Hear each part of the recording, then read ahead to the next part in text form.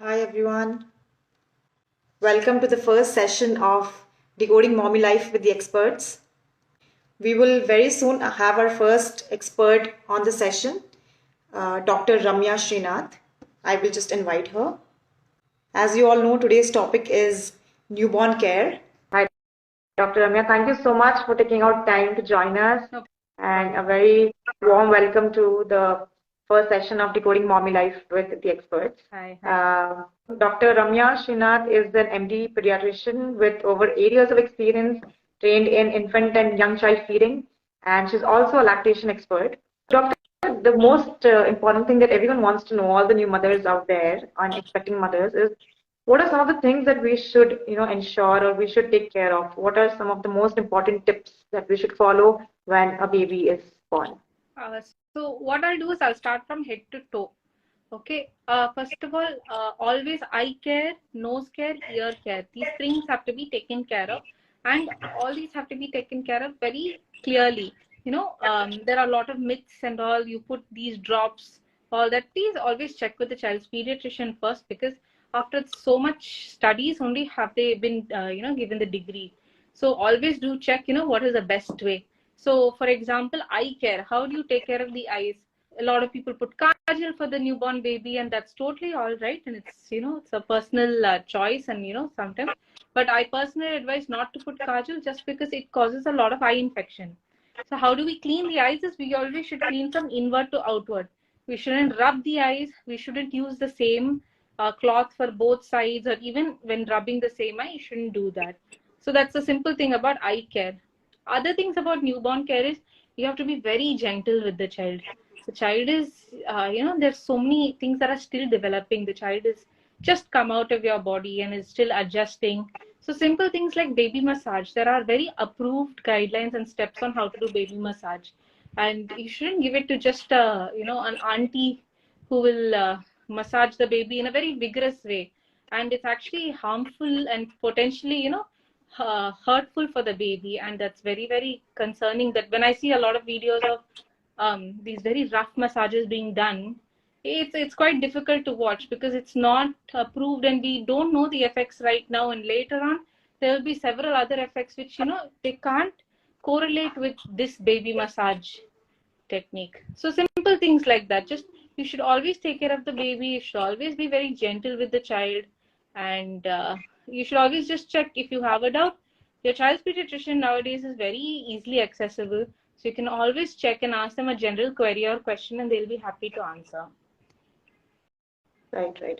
Thank you so much. Actually, that was very useful. Because baby massage is something that all of us go through, and all of us are always worried about how exactly they should do it, not do it. What is the technique? But like you rightly said, there is a guideline or there are guidance to how you should do it, and we must follow that. One other question that we've been receiving from a lot of mothers is about tummy time. How much tummy time is enough? When should we start tummy time? Okay, that's a great question. And the thing is, tummy time is one thing that you should start immediately after birth. So what I say is after birth is not immediately put on the floor, but you can even put the baby on your chest. That is also equivalent to tummy time. So if you could start with a few minutes per day, and slowly, gradually, you can even increase it to 30 minutes per day. And all this helps in the child having good head, leg, neck, and motor control. So any of the milestones, including rolling over, including crawling, all these will actually develop a lot faster the more tummy time you do. After all, if the baby should not become fussy during tummy time. And if the baby does become fussy, please stop. Don't say that, okay, Dr. Ramya said do it for 10 minutes today, so I have to do it for 10 minutes. Nothing like that. It all depends on your baby and their mood. So always, just make sure your baby is comfortable in the tummy time, and then you can, go ahead and start. Right. Okay. The next question we had from a mother was, what precautions should we take, or how safe is it to travel with a baby of 2 to 3 months old by road? It's totally fine, totally safe. Just make sure you're able to breastfeed on the road or formula feed on the road. You have all the adequate, requirements you need to cover up if you don't want to cover up, or, have the warm water to mix and, feed the baby. As long as the baby is well nourished, getting the adequate hydration and nutrition, it's totally fine. It's totally all right. Okay. We will quickly move on to the next question, which is about can we use talcum powder on our baby? Powder is not currently recommended. It used to be used, several, like even when I was a baby, my parents put talcum powder on me, but it is told to have very a lot of negative effects on the child. There is no need to put powder on your child. After taking a bath, you can use baby approved lotions by, authorized brands, and, you get Cetaphil, Helofy, Sevamed. All these are good brands that have done a lot of research, and, they're very good for the baby's skin. You can use those brands on your child, and that can be used after a bath or anytime during the day, so that it maintains the skin moisture of the baby. But there is no need of any talcum powder now. Yes, actually, I agree to that. I haven't used talcum at all for my baby, and after doing a lot of research, and I feel it's not really required. So why do they use of it just for the smell, right? Baby pregnancy, people use it for that. Right. So yeah, I thank you mean, for that. Yes. also one more thing, Pooja, you should never ever put anything in the genital area of the baby. So a lot of people say, put powder, it will become white. Put powder, it won't smell. Please don't do that, because everything goes inside. And, the more and more things go inside, the baby is prone to get another infection. And why do you want that to occur? It's much more difficult for a baby to express that it's burning, in the lower region, or it's, paining, or I have an infection. It's very difficult for them to express. So I really advise parents against putting anything other than washing it with a baby approved soap. Nothing should be applied there at all. Right, right. One other question a lot of mothers had was around, baby burp and baby passing a lot of gas below the age of 6 months. Uh, so, is that something which is normal? Is what they wanted to know. That's totally all right. Babies usually have a lot of gas just because, especially breastfeeding or even bottle feeding babies, because they're sucking in a lot of air during the feeding sessions. And so gas is all right. Just make sure you burp your baby after every feed, at least till 6 months of age, or whenever they stop showing spit up or they stop having gassy or colicky episodes. Right. So, we have a question from Yamuna here who's saying, how to reduce mucus in newborn baby? Uh, we can choose to answer that, Dr. Ramya, if that is something. So, mucus, see, all depends on the environment the baby is in. There is nothing other than nasal drops that you can put for the child. You shouldn't, especially a newborn baby, it's very ill-advised to start giving them medications, because they're so small, they do not require it. And you should also check whoever is surrounding them.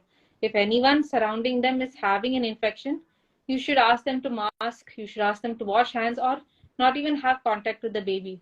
If you are the mother and you are sick, then please make sure you wear a mask around your baby, so that at least the transmission chances are decreased to go to your child.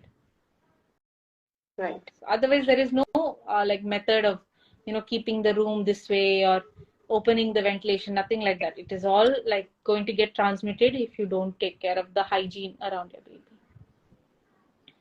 Right. That's actually something to think about of how you can, when you are sick as yourself as a mother or a father, how can you take care of your baby so that they don't fall sick. So that's very useful. Uh, when the other question we've received is when should we or should we even swaddle our newborn? Because there's a lot of new millennial knowledge that we should swaddle our babies, as soon as they're born and keep them in swaddled position even while they're sleeping. So how safe is it and is it really needed? Swaddling is a very, how do you say, a term that is used very generically. So it all depends on the environment you're in. For example, if you're in a very warm, hot environment, for example, in Chennai, it's hot, humid. It's very difficult to keep the baby swaddled because it's already a very hot environment, and you can also have a baby overheating. So maybe at that time, swaddle your baby during the night time, but not during the daytime. It's all dependent on your situation. So I don't want to particularly say, but personally, I did swaddle my child because I live in Bangalore, and it was very cold. It was like, at least for South India, Bangalore was very cold. The temperature was, I wanted to make sure my baby was warm. Just make sure, how do you check whether your baby is the correct temperature? is by checking their tummy. If their tummy is at normal temperature, then like the same temperature as your hand, suggesting that you are in normal temperature, then that means the baby is not overheating. If the baby is hotter than you, then baby is overheating. If the baby is colder, then you should swaddle your baby. This is just a general rule of thumb. Can differ from baby to baby, but generally you touch the tummy of the Okay, child. that's very useful actually. That tip is very useful about how to check the temperature of the baby. I think many of us will start applying that right away. This is only when swaddling. What I mean is, if you overdress your baby, or now if you go to the north side of India, it's very cold now. There'll be like 3 caps, 3 sweaters, too many layers of clothing. How do you check that the baby is not getting overheated? Is by doing this. Right. Okay. One other question, Dr. Ramya, is when can you start giving bath to your newborn? I advise always, if your baby is above 2.5 kgs, if there are no other issues and you have been discharged from the hospital, wait till the baby has regained the birth weight again. So babies usually lose their birth weight for the first 10 days and then slowly regain after 10 days are finished. So try to wait till the baby is around 2 weeks of age and has regained the birth weight till you start bathing the child. You don't need to bathe every day. Actually, the recommended guidelines is only thrice a week, and alternatively, you can sponge bath the child. But if you require to bathe every day, just make sure you bathe the hair once in a week or something like that, because the head is the maximum exposure of the child, and we generally don't dry it very well. And if we dry it also, we have to do it very forcefully, which is not healthy for the child. Right. So actually, there was going to be our next question, which you've already answered. Around, the after bathing, you mentioned about how we should ensure that our baby is safe. Like when should we? The birth weight is a concern for many mothers. My child is not gaining weight, or my child is gaining too much weight, so that's a concern. So if you could throw a little bit light about, what should we look for really? If the child is active, is it good enough, or should we really look for a particular weight for certain months? So always check the weight according to the WHO growth charts. There is no thing that there's an ideal weight gain or anything for a child. So you have these WHO growth charts that are readily available. Check the weight of the birth of your baby, and you can plot it also by yourself. It will be pink for girls and blue for boys. And if the baby is progressing along with the curves that are there already in the growth chart, and between the up and down curve, there are 5 curves. Between the top and below curve, if they are following this, then it is totally all right. Like the baby is doing just fine. If the curve is flattening and going downwards, then it is a cause of concern, and it should be assessed by the pediatrician that why is the baby losing weight or not gaining at all. Makes sense, actually. Thank you for that. We have one last question that we'll take up. Before that, I just want to let the audience know if there is any other question you would want to be answered, you can drop in here. We'll see if we can pick it up now, or maybe we'll do a follow-up session again with doctor later on in the interest of time today. So the last but not the least question for Dr. You is how can we take care of our umbilical cord? That's a very important area where mothers are not too much aware about what we should do. So in my clinical practice, I see a lot of putting Kajal, putting powder, putting oil and all, and I don't recommend any of that to be done, because see, that is the direct connection to the inside of the baby, as well as that was the place where the nourishment was coming in. So any infection can still possibly pass through and affect the baby. So always just make sure it is clean, it is dry, and it is not covered by the diaper or langota or anything. That's what I see a lot of times, diapers, because the baby is small, the diaper will cover the umbilical cord, so the umbilical cord will be doused with all the urine, the stools, and that causes further concern and infection also. So make sure it's clean, it's dry, no need to apply any oil or cream or anything. It will fall off automatically, and once it falls off, there may be a few drops of blood. Clean it with a just clean cotton cloth and water. That's all that is required. No need to apply any ointment or gel. If it is showing like signs of, infection like yellowness and discharge, pus, then make sure you visit the child's pediatrician so they can write a prescription for what is approved and can be applied. Okay. Okay. We'll just take up one last question. The last question for today's session, which is, okay, we have two questions actually, but we will not take up the question about eating solid because we will do another session for that separately. That's more related to nutrition and starting solids. For now, the question that we will take up is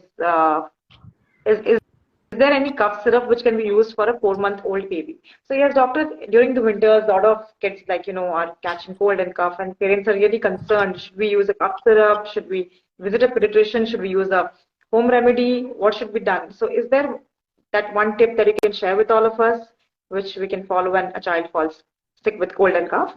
Okay, cold and cough, see, whatever the child is going through, it is probably, something from the surroundings.